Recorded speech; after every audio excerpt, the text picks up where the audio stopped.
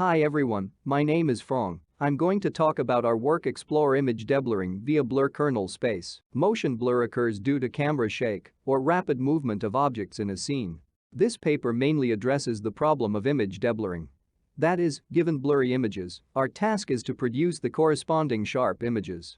In classical methods, the blur operator is assumed to be linear and uniform. In other words, the blur operator is a convolution operator. Then the x and k will be found by maximizing the posterior p of y given x and k. Previous works mainly focus on developing prior for sharp image and blur kernel. However, these priors are based on low-level statistics and may not hold in general. Moreover, map-based deblurring method cannot handle non-linear and non-uniform blur operators.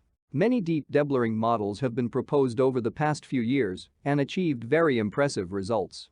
However, deep deblurring models are highly overfitted with the blur kernels given in the training set. In this work, we generalize the map-based method to deal with non-linear and non-uniform blur operators and leverage the capacity of deep convolution neural network. First, we make two assumptions.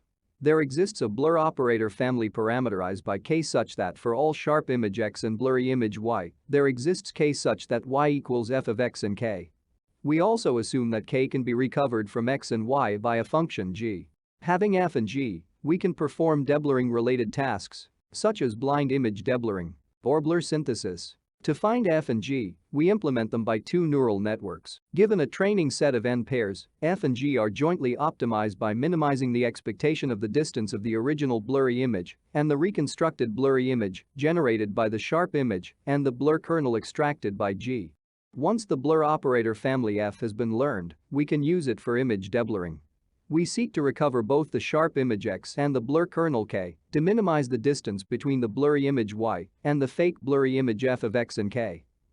We propose an iterative optimization procedure as illustrated in algorithm 1. The algorithm alternates between two steps: fix k, optimize x, and vice versa.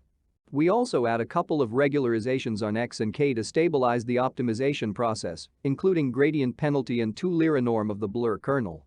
Finally, we apply deep image prior for both x and k. That is, we reparameterize x and k by two neural networks. Instead optimizing x and k, we optimize the weights of the corresponding network instead. In many situations, the domain of the sharp image x is simpler, so we can have better reparameterization for x. Here we follow the pulse method. We reparameterize x by the latent space of style GAN and optimize the corresponding latent code z instead. Our method can be used for blur synthesis as well. For a triplet x1, y1, and x2, we can use the function g to extract the blur kernel of the pair x1, y1, and then transfer it to x2. We evaluate the performance of the blur kernel encoding method. We use the Levin dataset to synthesize a new dataset in which each data point consists of two sharp blur pairs with the same blur kernel. Then we use our learned f and g to transfer the blur kernel from the first pair to the sharp image of the second pair and compare the result with the ground truth blurry image. Our method achieves very high PSNR scores, demonstrating its ability to extract and transfer the blur kernels.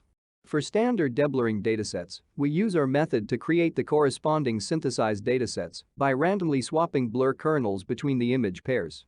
PSNR scores of a SOTA deblurring model when training on blur swap datasets are comparable to the ones obtained when training on the original dataset.